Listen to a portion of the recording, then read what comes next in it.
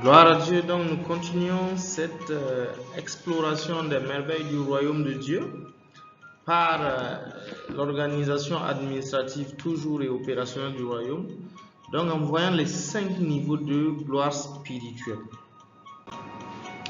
Et donc en introduction, c'est déjà de bénir le Seigneur pour tout ce qu'il nous a révélé dans ce document. C'est du wow, c'est du wow. Et nous ne pouvons que rendre grâce à Dieu pour tout ça parce que lui seul peut montrer les merveilles de son royaume. Je ne suis pas allé, je ne connais pas quelqu'un qui est allé pour décrire tout ce qui a été décrit. Donc c'est une grâce de Dieu, c'est par la révélation de son esprit et je lui rends gloire. Donc également, il faut savoir que les niveaux de gloire spirituelle diffèrent des niveaux de règne. Parce que la gloire, c'est un peu le poids.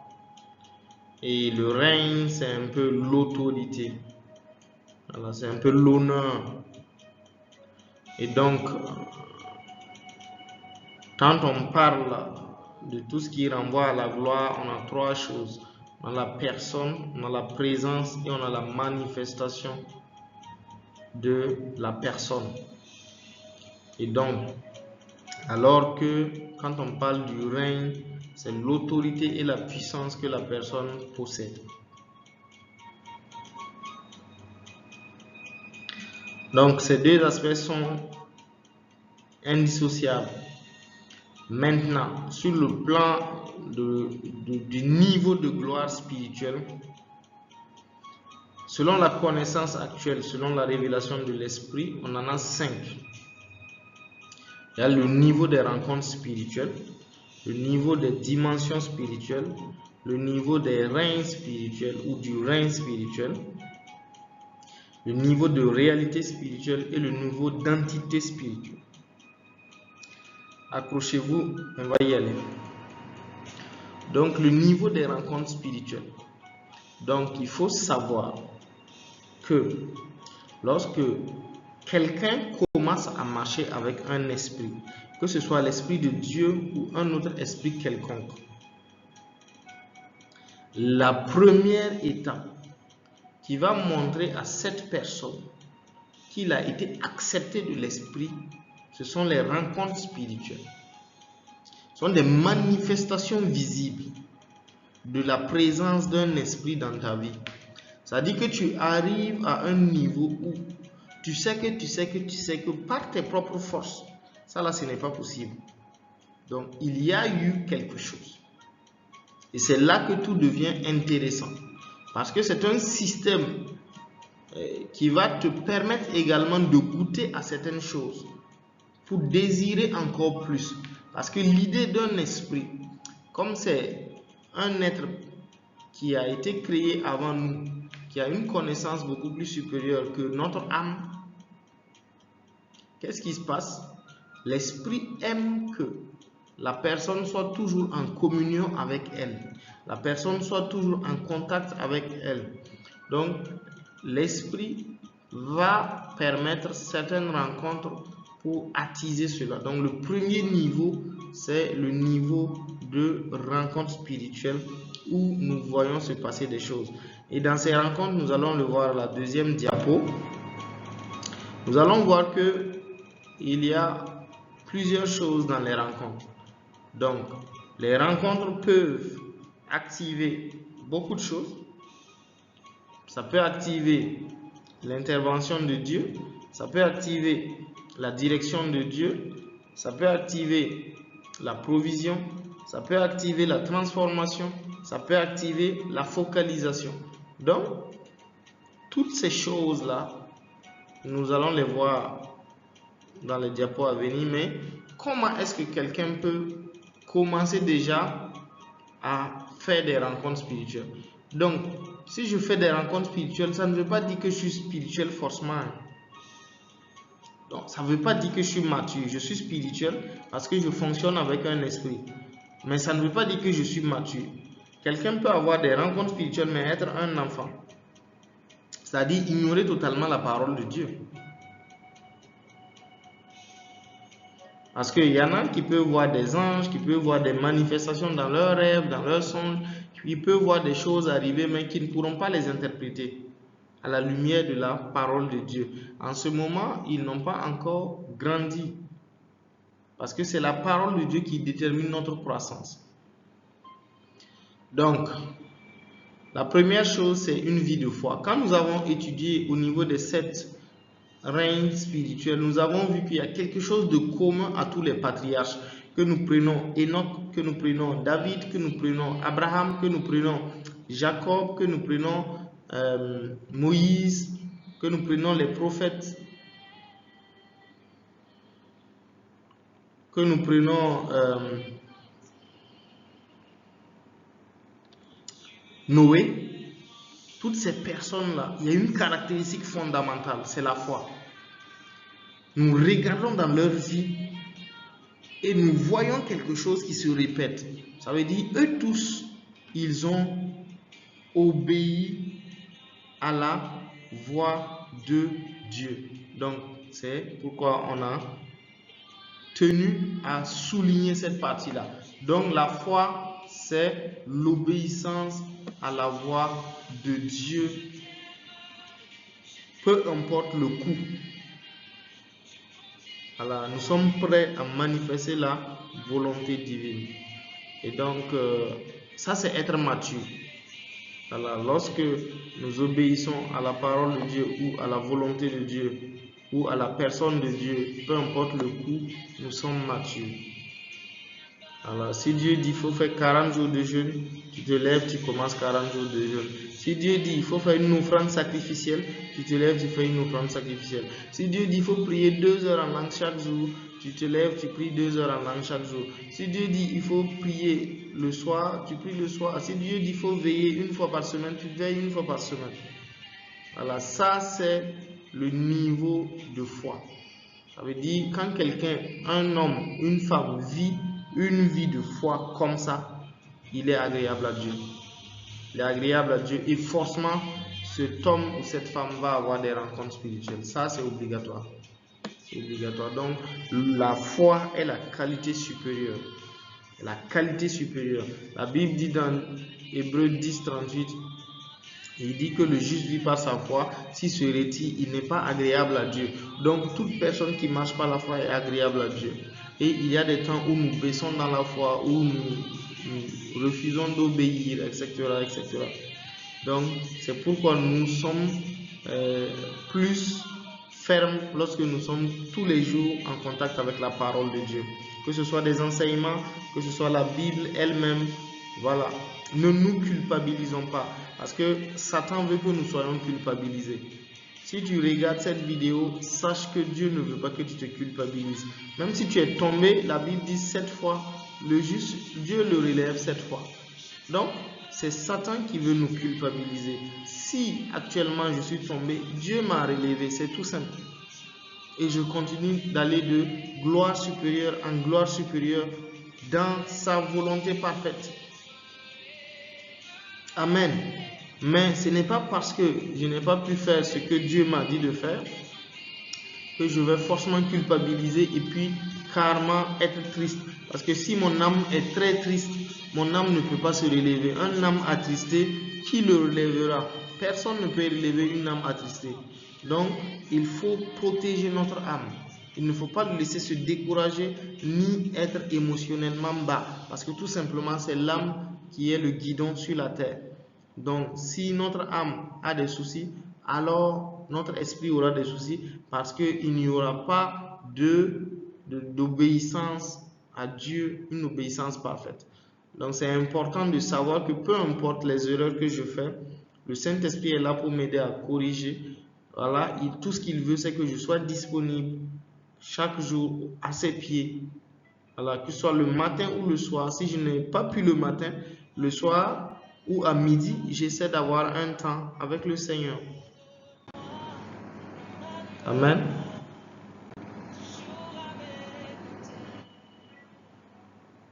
Donc, une vie de prière et d'adoration Je pense que avant la vie de prière, un autre, c'est surtout la méditation, une vie de méditation, une vie de communion.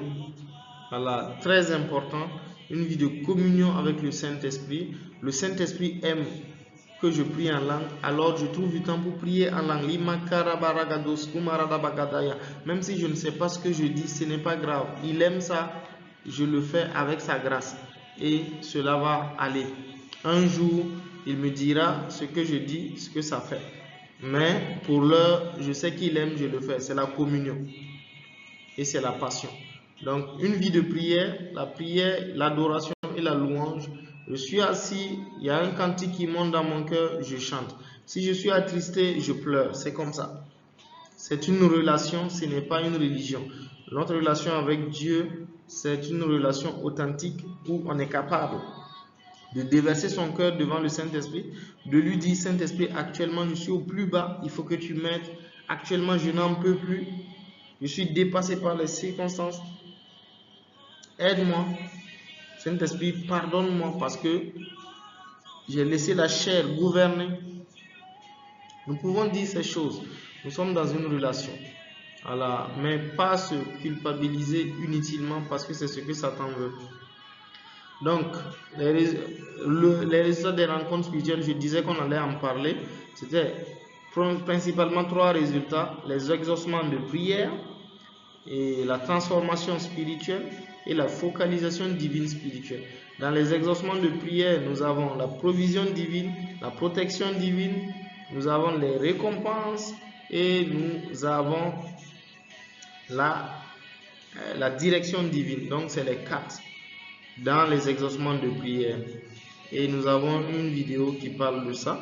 Donc, la focalisation divine et la transformation. Il faut savoir que le but même des rencontres spirituelles, c'est de nous changer. Quand Dieu vient nous rencontrer, quand un ange vient nous rencontrer, quand le Saint-Esprit nous chuchote quelque chose, quand le Saint-Esprit nous donne une révélation, c'est pour que nous croissions de gloire en gloire. Parce que je quitte une ignorance A, je viens à une connaissance B. Donc, qu'est-ce que je fais? Je change de catégorie spirituelle. Je change de défaite en victoire, d'échec en succès, parce que tout simplement je grandis dans la sagesse, je grandis dans la connaissance de la volonté de Dieu, de la parole de Dieu, des réalités divines, et donc je suis plus que vainqueur de jour en jour. Donc ce qui me faisait tomber hier ne doit pas me faire tomber aujourd'hui, normalement, si j'ai assimilé la parole de vérité. Donc cette transformation elle est importante, mais beaucoup plus ce qui me tient aussi à cœur, c'est la focalisation divine dans les résultats des rencontres spirituelles. Mais en réalité, la rencontre laisse un dépôt énergétique. Par exemple, quand vous rencontrez le Seigneur, par exemple, lorsque j'ai reçu le feu en 2019, parce que j'ai été baptisé du baptême de feu, ça a laissé un résidu. Et j'étais tellement assoiffé de Dieu que imaginer faire autre chose était un péché. Donc ça a permis de me focaliser pendant plusieurs années, sans arrêt, sans interrompre, de façon longue. Voilà, de temps en temps, oui, avec de petites interruptions à cause des événements sociaux, mais de façon permanente, il y a eu une focalisation divine. Donc les interventions divines ou les rencontres spirituelles divines là, ont cet impact qui sont très importants que nous recherchons. Maintenant, les dimensions spirituelles, donc c'est le deuxième niveau de gloire. Donc les dimensions, c'est quoi? C'est tout ce qui est appel, manteau ou ministère. Voilà, et dans le livre, nous décrivons 12 dimensions spirituelles. Vous avez la dimension des 5 grands ministères et vous en avez 7 autres. Voilà, les diacres, les chantres, les intercesseurs, voilà, et le leadership, bon, les leaders, tout, vous en avez 7. Les évêques, c'est décrit dans le document, plus les 5 grands ministères qui sont l'apôtre, le docteur, le pasteur, et le prophète et l'évangéliste. Donc les 5 grands ministères sont des manteaux, ce sont des dimensions spirituelles. Donc tant que je n'ai pas découvert dans quel couloir Dieu m'a appelé à fonctionner, je ne connais pas ma dimension spirituelle. Donc je suis toujours, même si j'ai 20 ans de vie chrétienne, je suis toujours dans le premier niveau, c'est le niveau de rencontre spirituelle. Et c'est très important de comprendre que je dois découvrir ça par moi-même. Nous pouvons faire une retraite spéciale, nous pouvons nous mettre à part. Parce que tant que je n'ai pas découvert ça, c'est comme si je vis sans savoir pourquoi j'ai été créé. Il n'y a rien de pire. Je vis dans la confusion, je vais tourner, mais je ne saurai jamais pourquoi est-ce que Dieu m'a envoyé sur la terre. Donc c'est très important de pouvoir connaître ces choses. Par exemple, en écrivant ce document, le Seigneur m'a révélé que je suis un apôtre envoyé pour révéler les merveilles du royaume de Dieu. J'ai combien d'années de vie chrétienne? Depuis 2013 que je suis converti. Et c'est en 2025 que je suis au courant. Gloire à Dieu. Donc c'est pour dire qu'en réalité, tant que cela ne nous intéresse pas, Dieu ne va pas nous parler au fait. Alors il faut que cela nous intéresse, de savoir même, mais pourquoi tu m'as envoyé sur la terre? Qu'est-ce que je dois faire? Et c'est en ce moment, dans le lieu secret, ça peut durer une journée, ça peut durer 10 jours, ça peut durer 30 jours, ça peut durer 40 jours. Mais dans tous les cas, Dieu va nous parler. Il va nous parler, il va nous donner des indications, il va nous donner des directives, il va nous dire pourquoi est-ce qu'il nous a envoyés sur la terre. Il va nous dire, il nous a envoyés avec quel don spirituel et tout. Alors c'est très important de découvrir toutes ces choses. Amen. Gloire à Dieu. Donc, nous allons passer au niveau du règne spirituel. Là, c'est le 3e niveau de gloire. Ça dit que quand je découvre ma dimension, la différence avec le niveau de règne, c'est quoi? C'est la manifestation. Je peux être apôtre sans marcher dans l'onction apostolique. Ou bien être apôtre sans marcher dans le règne apostolique. Qu'est-ce que ça veut dire? Ça veut dire que lorsque on découvre sa dimension, cette dimension vient avec des éléments importants. Dans ma dimension, je vais découvrir d'abord mon message. Quel message je dois prêcher? Dans quel couloir est-ce que je dois le faire? Est-ce que, comme l'apôtre Paul le dit, lui il a été envoyé aux païens, l'apôtre Pierre a été envoyé aux juifs. Voilà, donc je dois découvrir quel est le couloir. Est-ce que j'ai été envoyé pour prêcher aux médecins ou est-ce que j'ai été envoyé pour prêcher aux musulmans? Voilà, à qui est-ce que j'ai été envoyé pour prêcher? Ça c'est le couloir. Et c'est aussi ça que nous pouvons appeler, bon, c'est pas le sceptre. Donc ensuite je dois découvrir mon sceptre divin, c'est-à-dire avec quelle autorité je dois prêcher et quels sont les signes qui accompagnent la prédication de mon message. Comment est-ce que j'active ces signes? Ça c'est le sceptre. Voilà. Ensuite, dans ma dimension toujours, je vais découvrir ma consécration. Voilà. Qu'est-ce que moi je fais en retour chaque jour auprès de Dieu pour garantir la manifestation par exemple de mon règne spirituel? C'est en ce moment qu'il y a des lois et des gouvernements. Dieu peut me dire, pour la grâce que j'ai mis en toi, tu dois prier chaque matin comme Jésus. Jésus se levait chaque matin de bonne heure pour aller prier. Et le soir, il allait au niveau du mont des Oliviers, dans Luc 22 et dans Marc 1,35. Donc, ce sont des choses qui ne seront révélées que lorsque Dieu commence à nous faire grandir. En ce moment, il commence à nous dire certaines choses qu'on ne peut pas dire à tout le monde. C'est-à-dire que il y a une communion à maintenir et que cette communion-là nous protège face à l'ennemi. Parce qu'une fois que la consécration est lâchée, le danger c'est que Satan exploite ça et ravive la chair. Et donc le feu spirituel va être baissé jusqu'à peut-être s'éteindre. Et en ce moment, même si je manifeste les mêmes résultats de ma dimension ou de mon règne, alors je suis une cymbale qui retentit. Parce que la gloire de Dieu n'est plus réellement là. C'est très important de comprendre ça et de demander la grâce au Saint-Esprit de nous aider à maintenir toutes ces choses-là. Donc, tout cela est décrit dans le document. Certainement que tous ceux qui vont m'écrire au plus 226 64 64 17 80, je vous le partagerai volontiers. Sinon, c'est également sur la page Chariot, réalitédivine.com. Sur la page Chariot, voilà, c'est au prix de 1000 francs. Mais si vous m'écrivez sur WhatsApp au 64 64 17 80 plus 226, c'est gratuitement. Voilà. Donc en d'autres termes, je peux également savoir si j'ai atteint le niveau de règne spirituel avec Dieu, si le monde extérieur réagit à mes actions. Ça veut dire quoi? Normalement, quand un prophète entre quelque part, il arrive à capter les signaux spirituels. Si un prophète qui a par exemple été envoyé pour consoler, édifier, conforter les gens, il rentre, il voit un problème dans la vie de quelqu'un, il est capable de lui dire le problème. Pourquoi? Parce que son don de prophétie, c'est pour exhorter, édifier, consoler. Donc, par cette révélation, Dieu montre qu'il s'intéresse aux petits problèmes à nos petits problèmes que nous rencontrons tous les jours.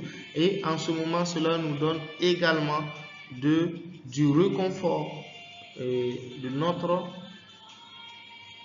présence en Dieu. Et cela est très important.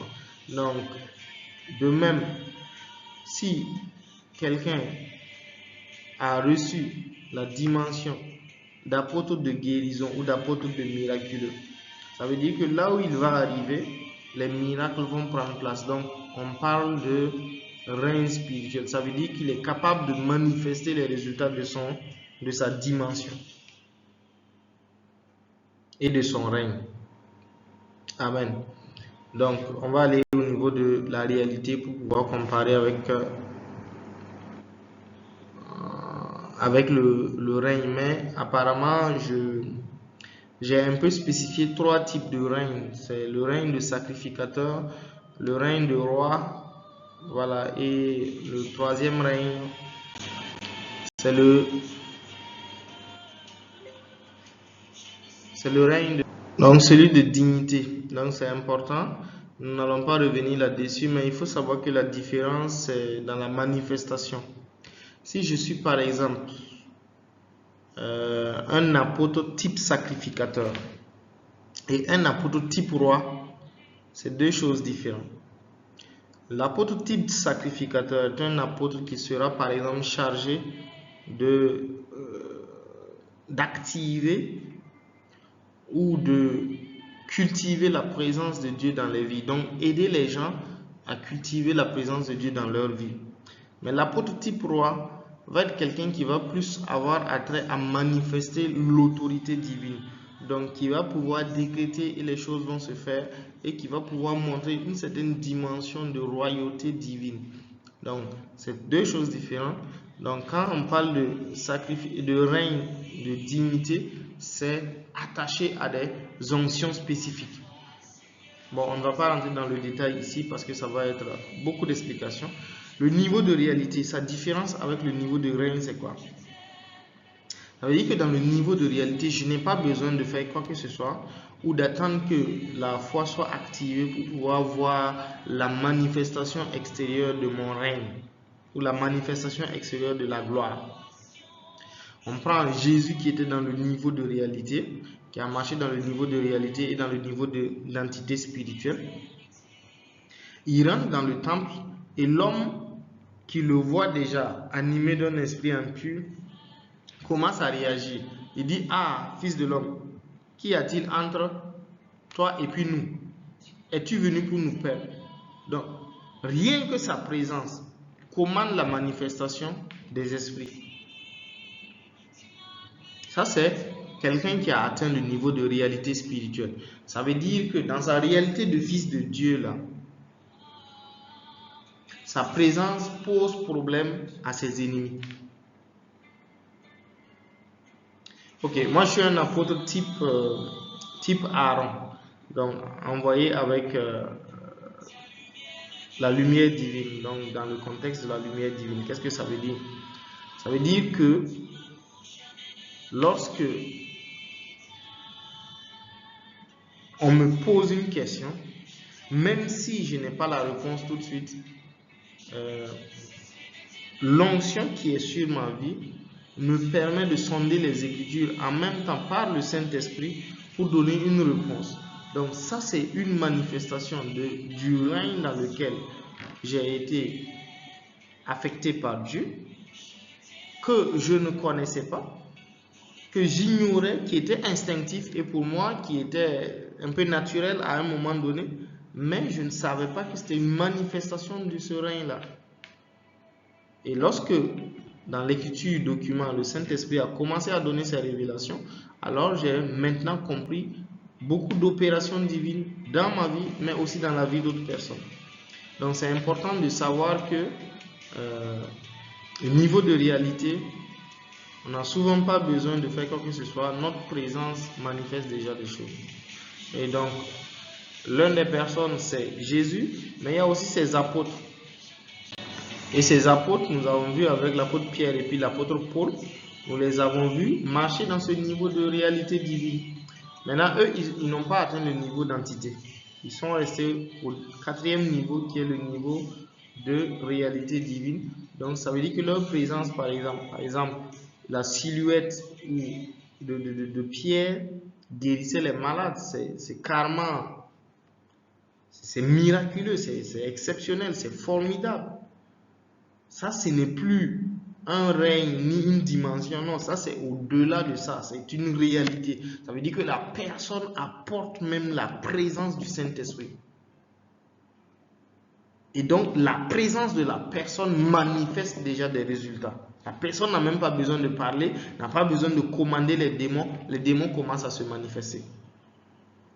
Ça, c'est la manifestation de la gloire niveau réalité spirituelle.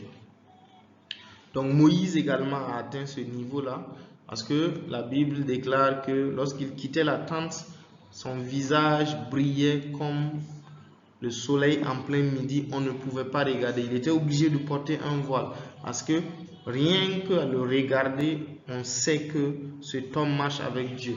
Une personne également qui est capable de commander à la terre d'ouvrir et puis la terre s'ouvre, c'est qu'il a atteint ce niveau. Donc maintenant le niveau d'entité spirituelle, c'est le dernier niveau de gloire spirituelle que Dieu m'a révélé. Donc ce niveau de gloire spirituelle là n'est pas atteint par plusieurs personnes. Il y en a deux.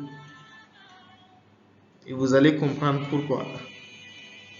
C'est-à-dire que dans la croissance terrestre,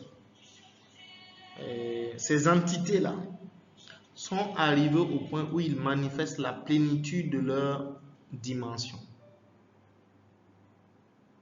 C'est-à-dire que le plein potentiel qui avait été mis en eux, ils le manifestent. Donc on a le spécimen Élie, le spécimen Enoch et le spécimen Jésus. Voilà, Jésus, on ne peut pas dire spécimen parce que lui, c'est le roi des rois. Mais c'est pour dire que ce sont les trois qui ont pu atteindre ce niveau d'entité spirituelle. Et le niveau d'entité spirituelle veut dire tout simplement que je suis arrivé au summum de ma progression. C'est pourquoi ces personnes ne sont pas morts. Ils ne peuvent pas mourir. Ils ne peuvent pas parce qu'ils ont accompli la perfection de leur réalité, la perfection de leur entité sur la terre. Ce sont des entités spirituelles. C'est pourquoi le prophète Élie revient toujours. Il est revenu par Jean-Baptiste. Il va revenir encore lors de la conversion du peuple juif dans Apocalypse. Voilà, il va revenir. Son esprit va revenir sur quelqu'un pour prophétiser pendant 3 ans et demi. Donc ce sont des entités spirituelles. Nous le voyons également avec Enoch.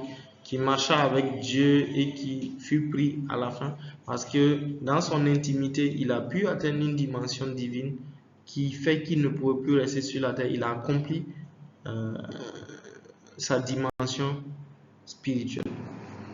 Et Jésus-Christ, qui est le prototype divin par excellence, le modèle parfait de tous ceux qui sont en Christ, et donc il a atteint également son niveau d'entité du Fils de Dieu, et dans cette réalité il pouvait traverser la matière, il pouvait voyager au ciel sans avion ni fusée.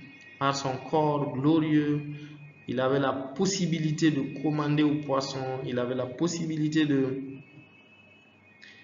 dématérialiser son corps, c'est-à-dire que tu touches, c'est dur, et ce même corps qui est dur, qui a été touché par Thomas, peut traverser le mur. Donc c'est un corps qui est modifiable et qui peut se modifier avec la matière. C'est pourquoi il a pu être élevé par l'air.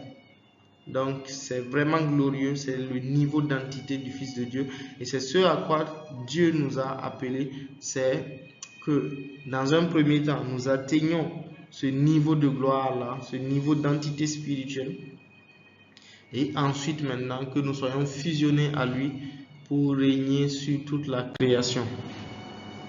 Donc c'est merveilleux de découvrir toutes ces choses qui sont certainement révélées par le Saint-Esprit et qui sont décrites dans les Écritures. Donc il faut savoir que c'est une radiographie que nous avons à l'œil nu pour pouvoir contempler les merveilles du royaume de Dieu avant d'y arriver. Voilà, parce que Dieu a dit à Moïse, il faut faire selon ce qui est au ciel. Donc il y a la possibilité de recevoir textuellement ce qui est au ciel sur la terre. Dieu l'a fait avec Moïse, il l'a fait avec les prophètes, il l'a fait avec Jésus, il l'a fait avec d'innombrables personnes qui ont reçu son esprit, soit sur eux, soit en eux. Et nous, nous avons cette chance, cette grâce-là que l'esprit est en nous, donc nous amenant à pouvoir décrire des choses insondables que l'œil n'a point vu, que l'oreille n'a point entendu, qui ne sont point montées au cœur de l'homme, des choses que Dieu nous a révélées et il nous révèle pour utilité commune. Demeurez bénis et restez connectés. Nous allons certainement continuer ce partage. Nous allons certainement voir la structuration dans les prochaines vidéos du royaume satanique. Voilà, et aussi nous allons voir tout ce qui concerne le livre d'Enoch et puis les veilleurs. Voilà, comment les veilleurs ont chuté, pourquoi ils ont chuté, quelles étaient les spécificités, où est-ce qu'ils sont actuellement, tout ça. Nous allons traiter de ça de long en large. Nous allons également traiter de plusieurs doctrines bibliques afin de pouvoir encourager chacun et chacune dans cette marche de la foi et surtout dans cette année de séparation des vierges. C'est très important, je le répète.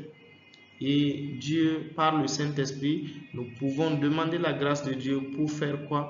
Pour être séparés en cette année 2026. Parce que les années à venir ne tiennent qu'au retour de Jésus-Christ. Il peut revenir à tout moment. À tout moment, à partir de cette année, Jésus peut revenir à tout moment, enlever son Église. Donc, nous pouvons demander la grâce de Dieu pour être prêts et pouvoir aller participer aux noces de l'agneau. C'est mon espérance, c'est mon espérance, c'est mon espérance en tout temps. Participer aux noces de l'agneau, et c'est ma prière, Seigneur Saint-Esprit, que toute personne qui regarde cette vidéo, que moi-même, Seigneur, que tu utilises pour partager ces révélations, que nous ne ratons pas tes noces, que nous ne ratons pas les noces de l'agneau. Seigneur, donne-nous cette grâce, fais-nous cette grâce. C'est ma prière de tout cœur. Merci parce que tu nous exauces. Shalom, shalom et à une prochaine vidéo. Abonnez-vous et likez la vidéo. Merci.